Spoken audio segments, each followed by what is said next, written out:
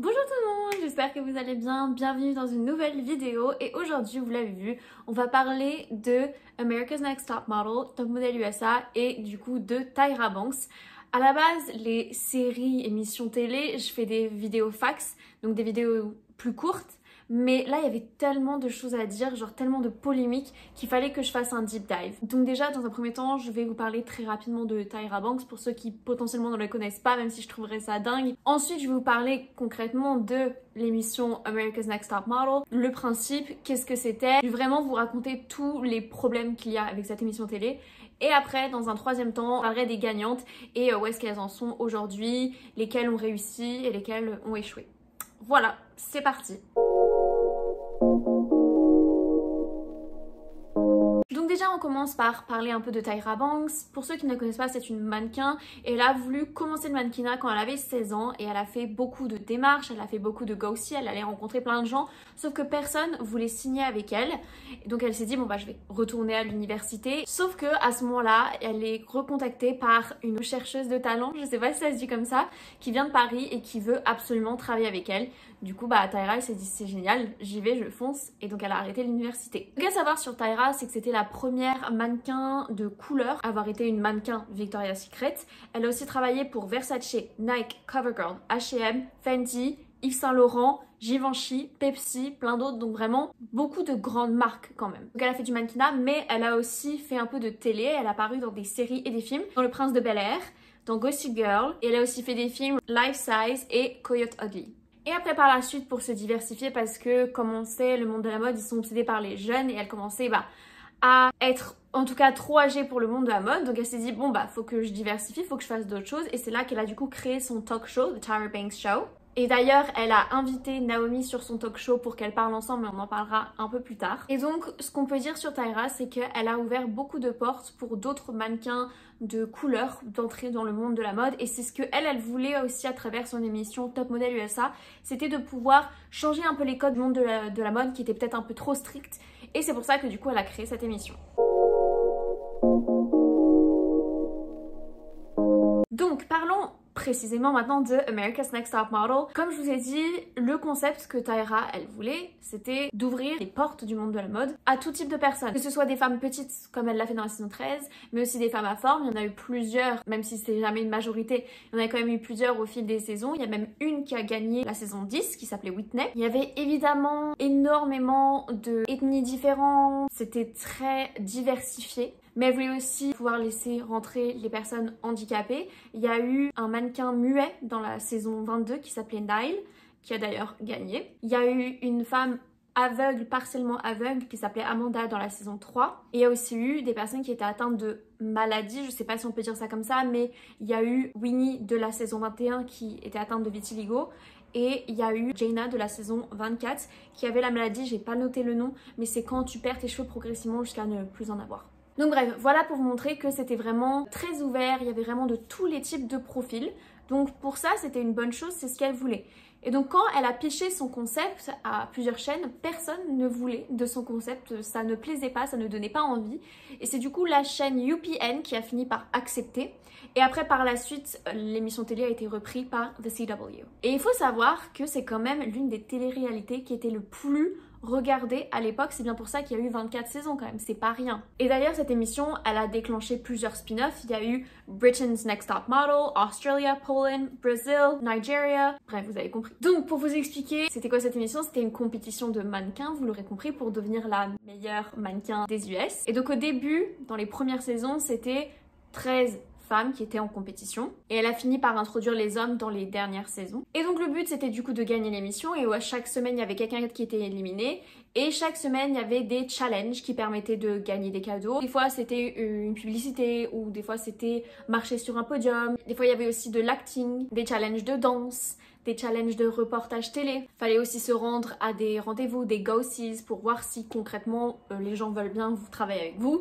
Bref, c'était quand même très varié. Mais en gros, un épisode, ça se divisait comme ça. Le premier tiers qui était consacré au challenge, le deuxième tiers qui était consacré au photoshoot et le troisième tiers qui était consacré au panel de juges et à l'élimination. D'ailleurs, en parlant des juges, donc il était composé de Tyra, évidemment, d'un photographe, et pendant très longtemps c'était Nigel Barker. Il y avait au tout début une mannequin en plus de Tyra, donc il y avait Janice Dickinson, mais il y a aussi eu Paulina Poreskova et Twiggy. Il y avait un conseiller en style, donc c'était soit Andre Leontali, soit Mrs. J ou Dolly Marin. Ça c'était vraiment comme ça au début parce que vers les dernières saisons, c'est un peu parti dans un autre délire. Mais voilà un peu comment ça se passait. Et il y avait toujours un invité mystère, un invité différent toutes les semaines qui souvent était en lien avec le challenge ou le photoshoot. Mais des fois c'était aussi juste des guest stars pour faire de l'audience, je suppose. Parce qu'on a eu Kim Kardashian, on a eu Christine Cavallari, Ashley Simpson, Lauren Conrad, Nicki Minaj, Latoya Jackson, Kris Jenner. D'ailleurs, je crois que tous les Kardashian et Jenner sont apparus dans cette émission. Pas forcément sur le panel de jury, mais dans l'émission, elles sont toutes apparues. Au niveau des récompenses que pouvaient gagner les filles au cours de l'émission, donc en gagnant les challenges par exemple, il y avait des bijoux et des vêtements qui étaient extrêmement chers. Il y avait une voiture qui a été gagnée une fois, il y a des séjours à Hawaï, des séjours en Chine qui étaient offerts. Il y avait aussi l'opportunité d'apparaître dans des séries télé, donc il y a eu One Tree Hill, les frères Scott, et il y a aussi eu Veronica Mars. Mais ça pouvait être aussi tout simplement des avantages pour le prochain photoshoot, genre plus de photos, donc plus de chances d'avoir une bonne photo. Ou ça pouvait être aussi juste des couvertures de magazines, ce qui est déjà pas mal parce que ça te fait rentrer un peu dans le métier. Et pour les prix finaux, donc les prix pour la grande gagnante de l'émission, c'était au début et pendant plusieurs saisons, c'était un contrat de 100 000 $ avec CoverGirl, la première page d'un magazine. Pendant très longtemps 17 Magazine, après c'est devenu Vogue et après il y a eu Nylon. Et après elle signait avec une agence, donc il y a eu Elite mais aussi il y a eu MGM, donc c'était quand même des grandes agences de mannequinat. Et après par la suite dans les dernières saisons, là au moment où je vous parle, je les ai pas toutes regardées, j'en suis à la 19e saison, donc j'en suis presque à la fin. Mais je voulais quand même tourner cette vidéo. Comme cadeau, il y a aussi le fait d'être égérie pour un parfum. Il y a eu aussi le fait de faire une musique qui était genre publiée et tout, donc ça se diversifie un peu. Bref, parlons maintenant de la partie la plus intéressante, les polémiques, puisqu'il y en a eu beaucoup. Donc on commence par, je pense, la polémique qui est la plus connue maintenant et qui a beaucoup fait parler d'elle lorsque les gens ont repris l'émission pendant la pandémie, pendant qu'ils étaient tous confinés. Ils se sont dit, oh bah tiens, on va re-regarder America's Next Top Model. Et c'est là qu'ils se sont rendus compte, mais en fait cette émission est extrêmement polémique.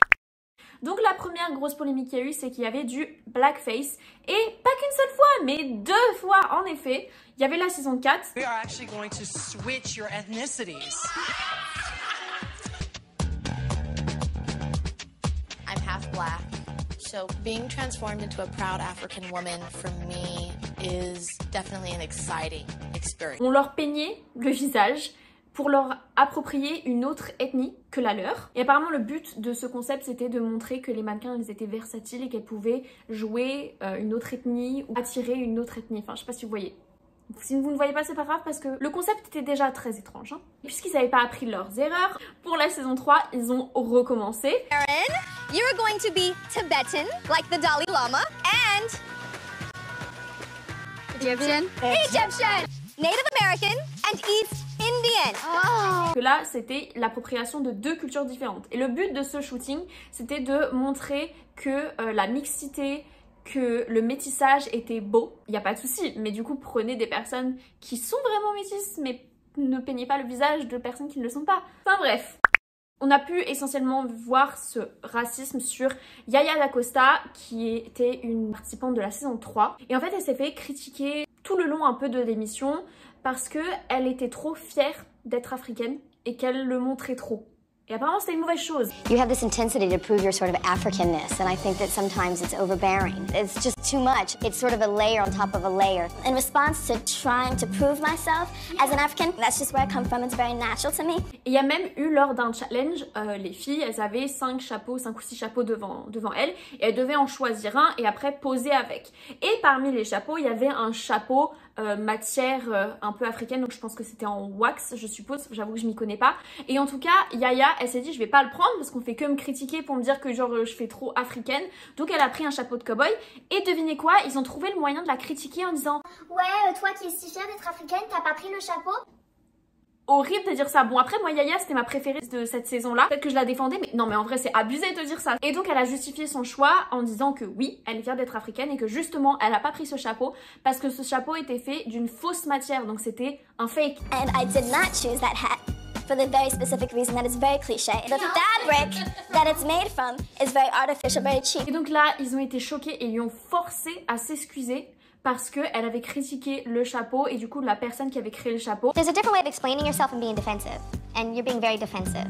And it's not attractive. Just because we had to talk about, Afrocentricity before and it's kind of misunderstood. Bah Yaya elle est dans une émission, enfin elle a pas du tout ce truc de pouvoir. Donc elle s'est écrasée, elle s'est excusée de son comportement et elle s'est excusée auprès de la personne qui avait fait le chapeau. Et moi je trouvais ça dingue parce qu'en fait elle a vraiment rien fait de mal, c'est elle qui s'est fait cracher dessus. Clairement elle a subi du racisme et genre ça a aidé de s'excuser. Waouh. Ensuite, on passe aux polémiques sur les agressions verbales. Ça aussi, je pense que c'est un des mèmes les plus connus de cette émission. Même mes amis qui n'ont pas regardé cette émission connaissent ce mème. C'est le fameux mème de Tiffany, la mannequin de la saison 4, qui se fait engueuler par Tyra. I was rooting for you. We were all rooting for you. How dare you? Learn something from this. When you go to bed at night, you lay there and you take responsibility for yourself. En gros, Tiffany s'est fait engueuler parce qu'elle venait juste de se faire éliminer par Tyra, enfin par le juré, et que elle était pas en train de pleurer. Elle était en train de dire au revoir aux autres mannequins et dire oh, vous inquiétez pas, c'est pas grave. Genre, elle rigolait. Et du coup, Tyra, ça l'aura mis hors d'elle. Tiffany, elle a essayé d'en placer une pour expliquer pourquoi elle rigole. Et Tyra, du coup, il y a eu cette fameuse scène où elle l'engueule, où elle laisse pas parler. Et il y a une scène qui a d'ailleurs été coupée, où en gros, elle insulte Tiffany. Et elle lui dit même un truc du genre Ouais, retourne sur ton canapé avec ta fille. parce qu'elle dormait même pas dans un lit, elle dormait sur un canapé ou même sur un matelas par terre, tu vois. Et elle lui a dit ça, genre c'est chaud. Mais bien sûr, ils l'ont coupé au montage. Et un peu plus tard, Tiffany, elle aura dit que Tyra aura essayé de la recontacter pour s'excuser, pour lui faire comprendre pourquoi elle avait réagi comme ça, que c'est parce qu'elle tenait beaucoup à elle et qu'en fait elle croyait en elle, elle pensait qu'elle pourrait y arriver, donc ça l'a blessée de voir qu'elle abandonnait et qu'elle baissait les bras. Et en fait, il s'avère que Tyra, elle avait fait ça parce que Tiffany allait donner un interview. Donc elle voulait qu'elle se dise que des trucs gentils, c'est pour ça qu'elle lui envoie un message. Parce qu'au final, si elle tenait vraiment tant que ça à Tiffany et que son histoire l'a vraiment touchée, elle aurait pu l'aider, ce qu'elle n'a pas fait par la suite. Maintenant, on va parler de grossophobie. Vraiment, je vous ai dit, toutes les catégories vont être cochées. Il y a grossophobie et il y a discrimination par rapport au poids de manière générale. Parce que oui, il y avait de la grossophobie au niveau des femmes qui étaient plus size, donc des femmes à forme, ou eux, ils appelaient ça aussi fiercely real. Je vous ai dit un peu plus tôt, il y en a eu quand même pas mal, des mannequins avec des formes. Donc il y a eu Kasia, il y a eu Whitney, il y a eu Tokara, bref, il y en a eu quand même pas mal. Et tout au long, on a pu voir qu'ils étaient plus jugés que les autres, il fallait qu'elles fassent 2 fois plus d'efforts. Des fois, il n'y avait même pas des tenues et des vêtements pour elles. C'est étonnant qu'il y en ait même une qui réussit à gagner, réussit à aller loin. On voit vraiment que c'était quand même dur pour toutes ces femmes. Et après, je veux bien que c'est le monde de la mode et que c'est comme ça et que Tyra, elle a beau vouloir changer les choses, c'est pas elle qui va changer le monde entier comme ça en une émission. Donc en vrai, je peux comprendre, mais c'est quand même très dur à voir étant une femme qui a des formes. C'est dur de voir comment t'es un peu traitée en dessous, tu vois. Donc ça, c'est ce qui concernait du coup les femmes qui étaient directement mis dans les cases de femmes à forme. Mais il y a eu une mannequin qui s'appelait Kenya dans la saison 4. Vous allez voir la saison 4, on va beaucoup en parler. Elle était une mannequin normale, enfin mannequin du coup de taille 0, qui est normal pour le monde de la mode, vous avez compris. Elle aura pris du poids et on va la critiquer pour ça. On l'a même forcée à représenter un éléphant dans un shooting photo sur le thème des animaux et dans un autre shooting photo sur le thème des 7 péchés capitaux, on lui a donné le rôle de la gourmandise. Donc clairement, il y avait un peu cette envie d'humiliation et de lui montrer genre t'es en train de prendre du poids et de toute façon ils l'ont clairement confronté à un panel. I hate to say it, they had to do a lot of body work on you and retouching. For at home, pretty much I try to, eat right. And we come here, my metabolism, everything is thrown off. Stop! If you're sporting a gut, then you turn to the side and disguise it. I think it's all about choices, Kenya. You can get a burger and take the bread off. I make it work when I have to. Thank you. En vrai, quand tu la regardes, ça fait rien. Mais il y a eu aussi la discrimination envers les femmes plus minces. Dans la saison 15, il y a eu Anne et Anna Maria. Les deux, elles étaient très fines. Sauf qu'il y en a une qui a gagné et il y en a une autre qui a été virée parce qu'elle était trop fine. Donc évidemment maintenant on sait, on a le recul et on se rend compte qu'il y a une différence entre être mince et maigre. Il y a des femmes qui vont être naturellement minces mais qui sont en bonne santé et qui se portent bien. Et puis il y a les femmes qui sont vraiment maigres et qui se forcent à être maigres parce que derrière il y a des complexes. Ok, on a le recul maintenant et on sait faire la différence. Sauf qu'à ce moment-là, c'était pas du tout montré de cette manière. Ils ont dit à Anna Maria, t'es mince, c'est pas beau, c'est moche, il faut falloir que tu prennes du poids. Là où Anne, tout aussi fine, ils étaient ah waouh t'es magnifique, ah franchement ça fait tellement Italian Vogue, ça fait vraiment la mode, c'est tout ce que tout le monde recherche en ce moment. Genre le discours était très genre contradictoire. Autre point et sacré gros point, c'était l'environnement toxique de l'émission. Plusieurs candidates ont fait des interviews pour expliquer qu'en fait elles étaient privées de nourriture, privées de sommeil et elles étaient interdites de se parler entre elles si les caméras n'étaient pas là. Donc si les caméras, elles étaient ailleurs, elles n'étaient pas en train de filmer, elles n'avaient pas le droit de se parler. Genre vraiment silence total. Parce qu'il fallait garder les conversations pour les caméras. It's insane, like the amount of bullshit that me and the other girls went through. There are times when we didn't get fed. We had to film straight through 15, 18 hours without eating. So we're starving. So then that plays on your mental attitude because it's almost like they want us to go in there angry so they can have drama. En plus de ça, on ne leur disait jamais quand elles allaient partir quelque part ou même où elles allaient. Les voitures dans lesquelles elles étaient emmenées avaient des vitres teintées, donc elles ne savaient vraiment pas où elles allaient. Donc elles étaient tout le temps dans cet état de suspense, de stress, de questionnement. Et le but de faire tout ça, du coup, c'était, bah vous l'aurez compris, qu'elles soient sous tension, qu'elles soient stressées, qu'elles soient énervées, qu'elles soient fatiguées et donc créer plus d'images, car créer plus de disputes. Évidemment, tout pour le show. Moi, je trouve ça hyper ironique que ça se soit passé comme ça dans les coulisses, car devant les caméras, Tyra, elle va toujours faire genre qu'elle s'inquiète pour les candidates. Il y a une candidate, je ne sais plus exactement dans quelle saison, mais qui va se priver de nourriture parce qu'elle n'aime pas son corps et elle a envie de maigrir. Enfin, elle se trouve trop grosse alors qu'elle l'est pas. Donc Tyra, elle va faire genre qu'elle s'inquiète, elle va essayer de lui faire changer d'avis, essayer de lui montrer qu'il faut qu'elle mange, etc. Alors qu'à côté de ça, dans les coulisses, vous privez la nourriture à vos mannequins. Donc c'est hyper ironique de faire ça genre face caméra. Et il y aura eu une scène que j'ai trouvée hilarante, enfin hypocrite. Ma, there's a girl that we eliminated last night. Her name is Cassie. It's kind of hard for me because she confessed to me that she's bulimic. And I just feel like, you know, like what else can I do? It's not like you threw her away, Tyra. You can only do so much to help a person. Genre arrête de faire genre que tu te tenais à ces mannequins alors que tu les traitais comme de la merde. Et un autre exemple, là dans la dernière saison que j'ai regardée, c'était la saison 18, c'était en finale, il y a une des candidates qui s'appelle Laura qui a fait une crise de panique. Tyra, elle lui a dit « Oh, comment ça se fait? C'est le stress de la finale? Est-ce que tu manges assez? » Bah sûrement qu'elle mange pas assez vu que vous leur privez la nourriture. Et on a vu quand même pas mal de malaise de mannequins qui ont dû être emmenés à l'hôpital au long des saisons. Genre devrait même pas y avoir d'exemple, même s'il n'y en a pas eu à chaque saison. Quoique je crois qu'il y en a peut-être eu à chaque saison. Non, peut-être que j'exagère. Mais il y en a quand même eu assez pour que ce soit notable. Et je trouve ça toujours hypocrite quand elle est là en mode genre pour s'inquiéter pour elle. Alors que clairement, l'environnement dans lequel vous le mettez, c'était fait pour. Enfin, c'était sûr que ça arriverait. Donc trop hypocrite. Et en plus, Tyra, elle aimait trop se faire passer pour la maman, pour la grande sœur des filles. Alors que plusieurs des filles ont dit dans des interviews qu'en fait Tyra, ils ne la voyaient jamais. Qu'elle apparaissait que pour les caméras et qu'elle était toute mignonne, toute gentille devant les caméras. Mais que quand ils voulaient essayer de lui parler hors caméra, elle n'avait pas le temps la madame. Pour continuer dans l'environnement toxique, il y a eu plusieurs mannequins, donc Molly de la saison 16 et Brittany de la saison 8, qui se sont retrouvés avec des coiffures vraiment ridicules. Si j'ai bien compris, cousues des perruques, des weaves sur leur crâne. Hormis que bon, soit ça peut être un style de coiffure, il n'y a pas de souci. Le problème avec ces cas-là, c'est qu'en fait, elles avaient extrêmement mal. Les deux se sont retrouvées avec un crâne qui était complètement irrité, complètement blessé. Et en plus, ça les rendait du coup forcément aigries parce que bah, elles avaient constamment mal.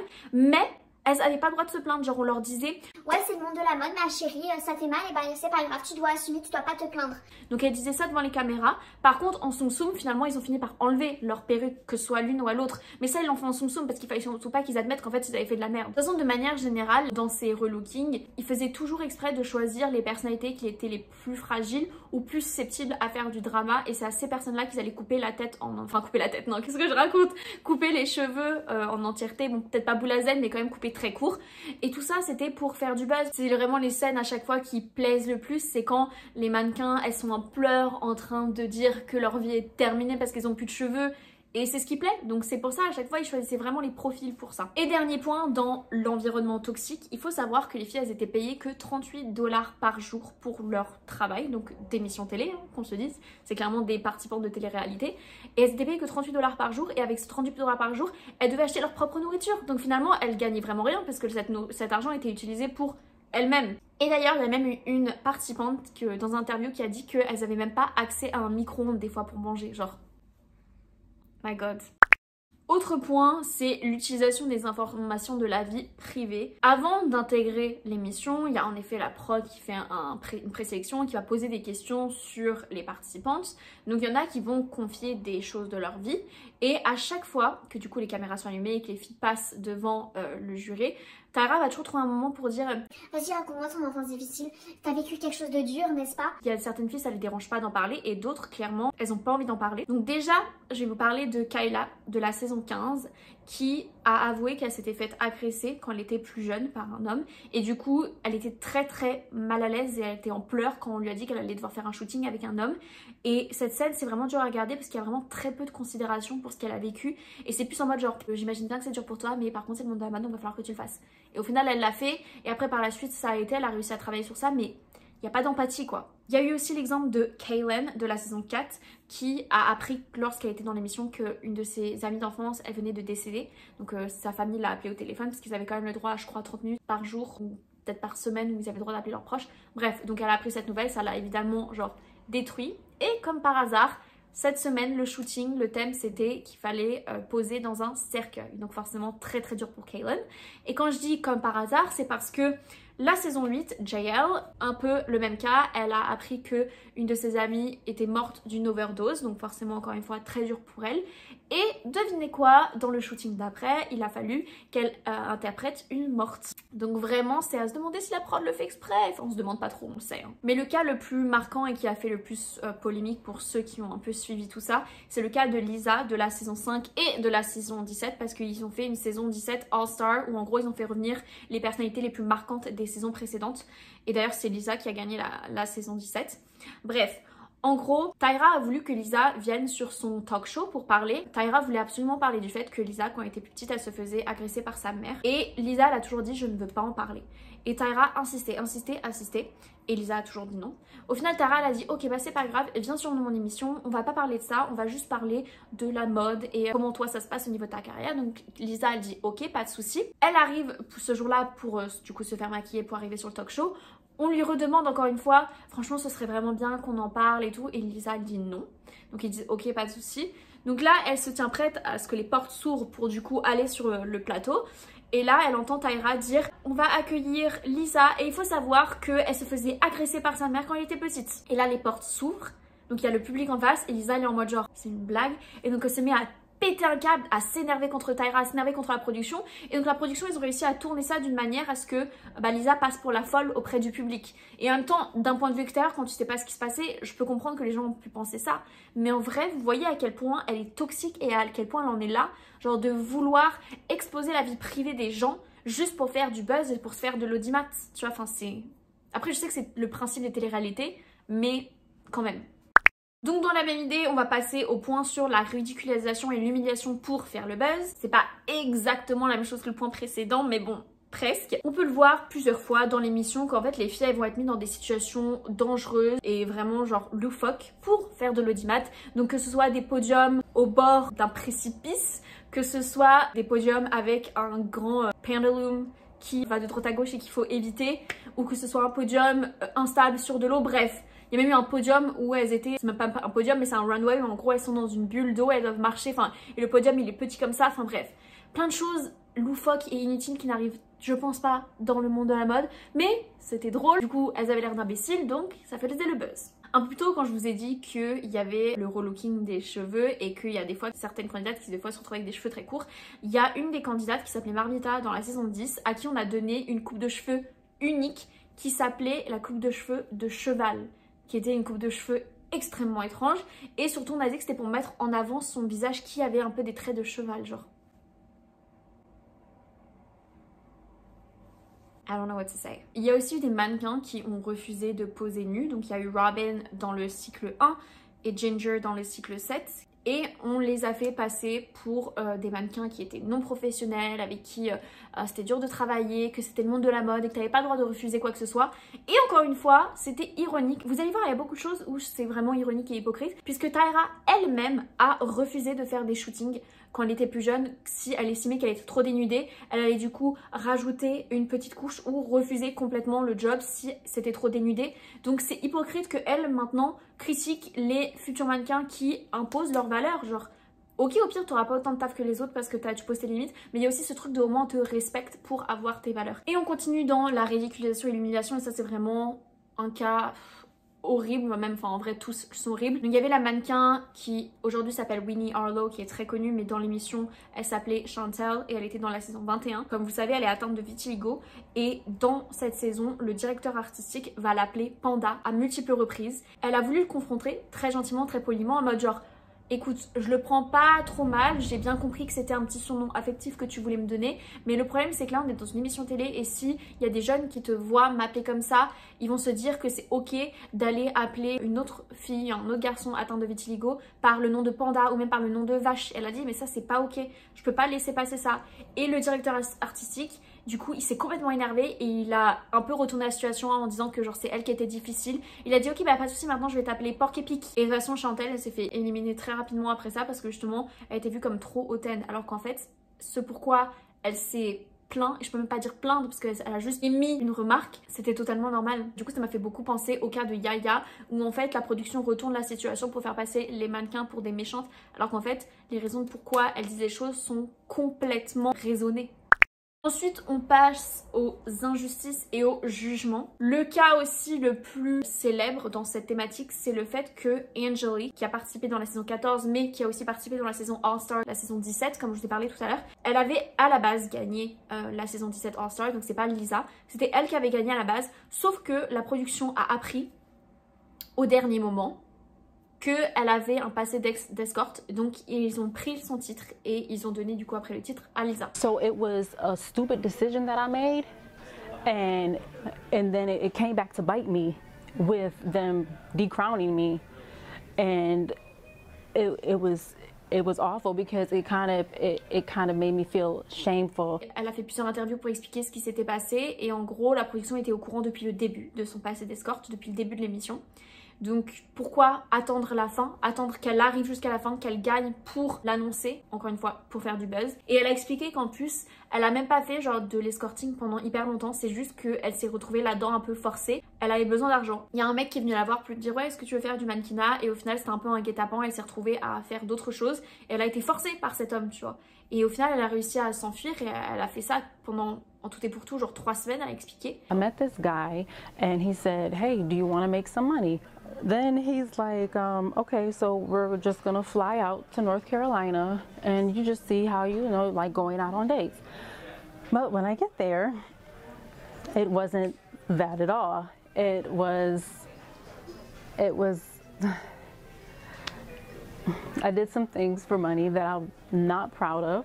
Que déjà même elle était pas fière de ça et le fait de se faire shame pour ce qu'elle a fait alors qu'en vrai elle a été forcée plus qu'autre chose, c'était hyper dur pour elle. Franchement ça a dû être horrible, même si c'était pas ma préférée Angeli dans cette émission, je trouvais ça quand même horrible ce qu'elle a vécu. Et encore une fois c'est pas genre juste un cas puisqu'il y a aussi eu le cas de Jaina de la saison 24 qui a été critiquée par Tyra parce qu'elle avait posé pour Playboy quand elle avait 18 ans et quand Tyra lui a demandé mais pourquoi t'as fait ça, elle a dit bah écoute j'avais besoin d'argent et pour moi c'était un job de mannequinat comme un autre et vu que je sais que le sexe ça vend, bah je me suis dit go.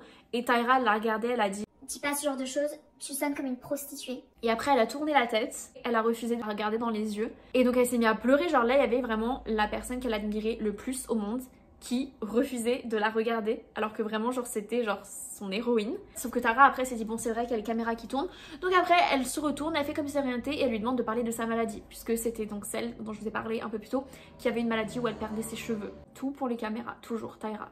Et ils savent très bien couper les passages qui les intéressent. Et maintenant on va parler du dernier point qui concerne pas exactement les candidates mais plutôt ses confrères et ses consoeurs. Donc j'entends par là Jay Manuel qui était le directeur artistique sur l'émission, donc de la saison 1 jusqu'à la saison 18 c'était lui le directeur artistique. Et en fait lui il a expliqué qu'en fait dès la saison 8 il voulait quitter l'émission parce que bah il voulait faire d'autres choses et donc il est allé directement parler à Tyra parce qu'ils avaient cette amitié et il s'est dit bah je vais lui en parler à elle d'abord, enfin c'est normal, c'est plus respectueux. Quand il l'a dit à Tyra, Tyra elle a dit je suis déçue et elle est partie. Et donc lui il est parti en vacances, genre allez il vit sa meilleure vie. La production qui l'appelle en mode mec on a vraiment besoin de temps en urgence, on n'a pas réussi à trouver quelqu'un d'autre mais on te promet c'est juste pour la saison 9. Et donc il s'est dit bon bah je vais le faire. Quand il est revenu et qu'il l'a vu pour la première fois depuis qu'il l'avait parlé, elle arrive vers lui et du coup il fait genre ah salut je suis trop contente de te voir et elle lui est passée genre devant, elle l'a complètement ignoré et lui il était genre il comprend pas parce qu'à la base ils étaient vachement potes. Et dès que les caméras étaient allumées, oh bah vas-y que je te touche, vas-y que je rigole avec toi. Et dès que les caméras s'éteignaient, elle lui parlait plus, elle l'ignorait. Et c'était ça pendant toute la saison 9. Et c'est pour ça que Jay Manuel, il a dit qu'il a beaucoup de mal à regarder la saison 9 parce qu'il voit à quel point il était vraiment malheureux, il était mal pendant le tournage. Behind the scenes, and it's really sad to say, there was like a fear culture developed. I can't watch clips from it because I remember I literally go back to that moment like almost like a form of PTSD. Literally, it was horrible. Et il explique que à la fin de la saison, Tyra était venue le voir pour s'excuser de son comportement en disant qu'elle n'était pas du tout professionnelle.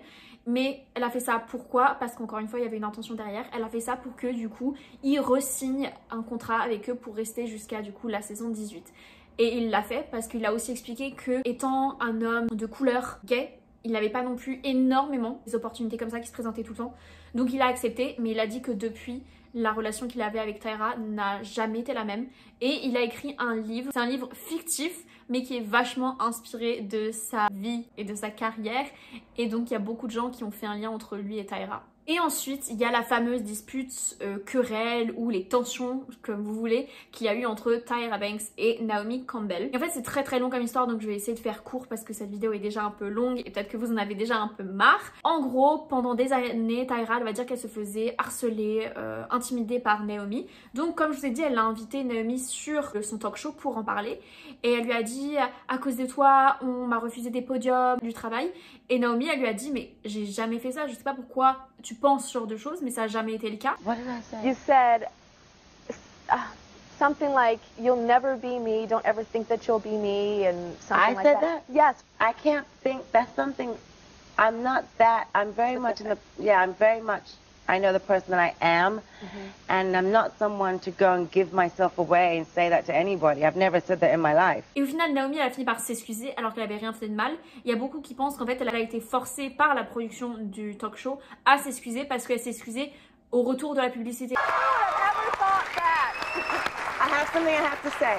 What's that? I have something I have to say before we start. However I've affected you, or have you felt that I've affected you, I take my responsibility. And I just want to say I'm very proud of you for being a powerful black woman sitting here and doing what you're doing.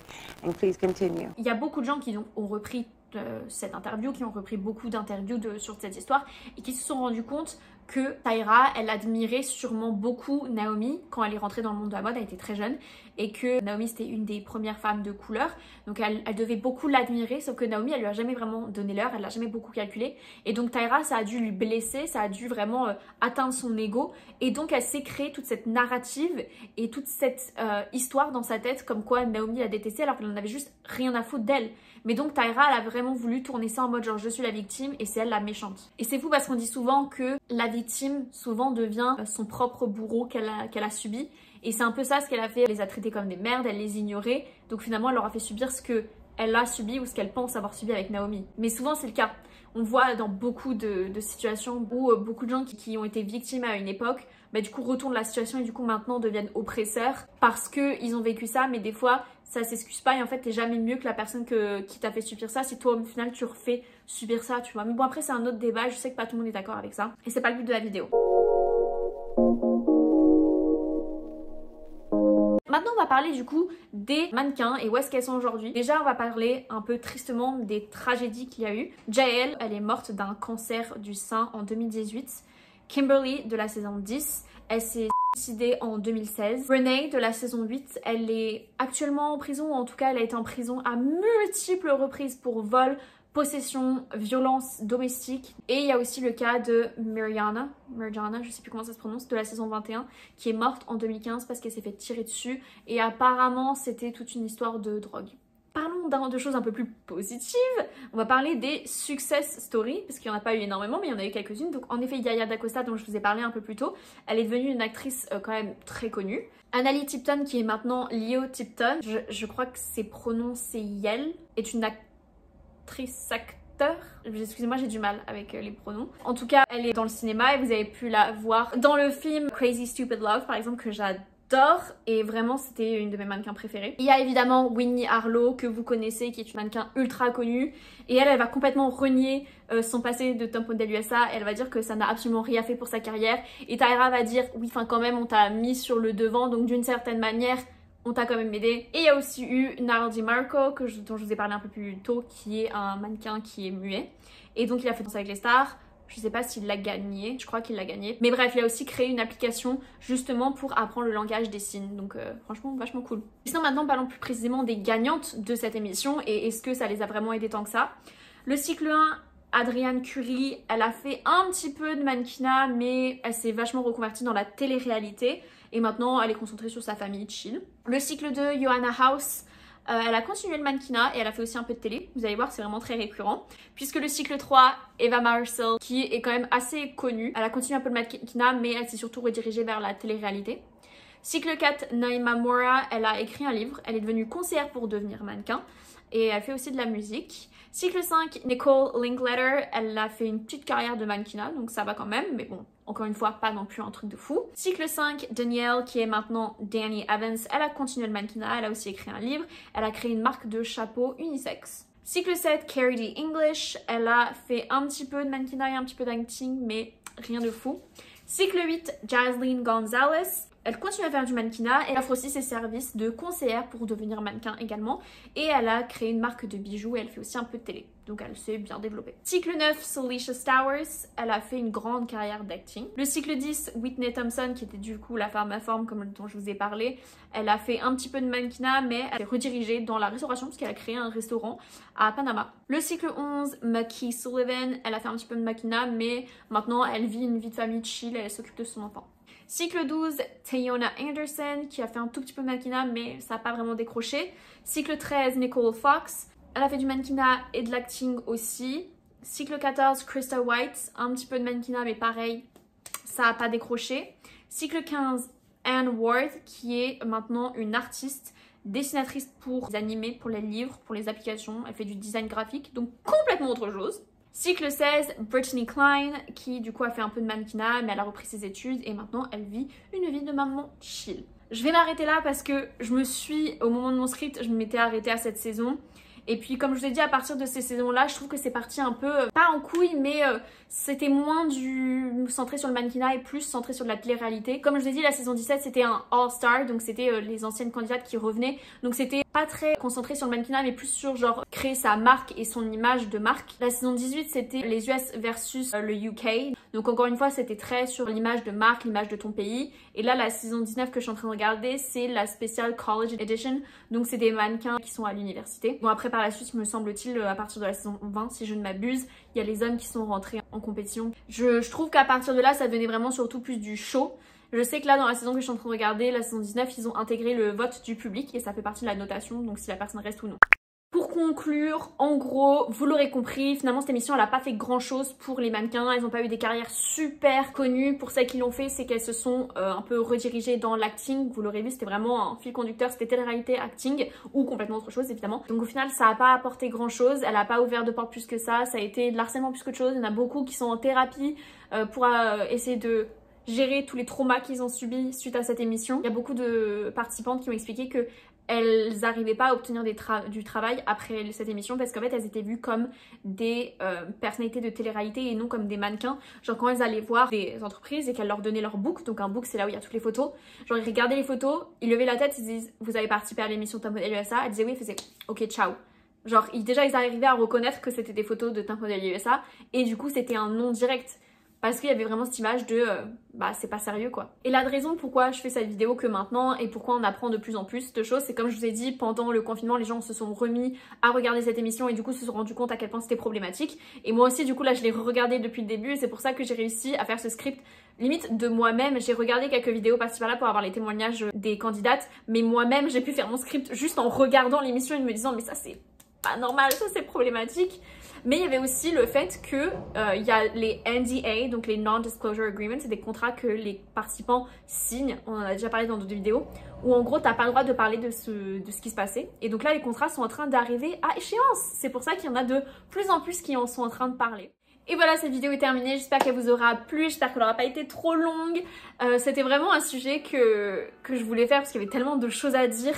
Vaut mieux en rire, mais j'ai vraiment de la peine pour toutes ces participantes qui ont subi ça. Et heureusement que cette émission a fini par être arrêtée, même si ça a duré quand même 24 saisons, ça veut dire qu'ils s'en sont rendus compte que très tardivement qu'elle était problématique. Bref, si cette vidéo vous a plu, je vous invite à me suivre, je vous invite à activer la petite cloche, à aimer cette vidéo, à me suivre sur mon Instagram également. Et je vous dis à la semaine prochaine pour une nouvelle vidéo. Bye!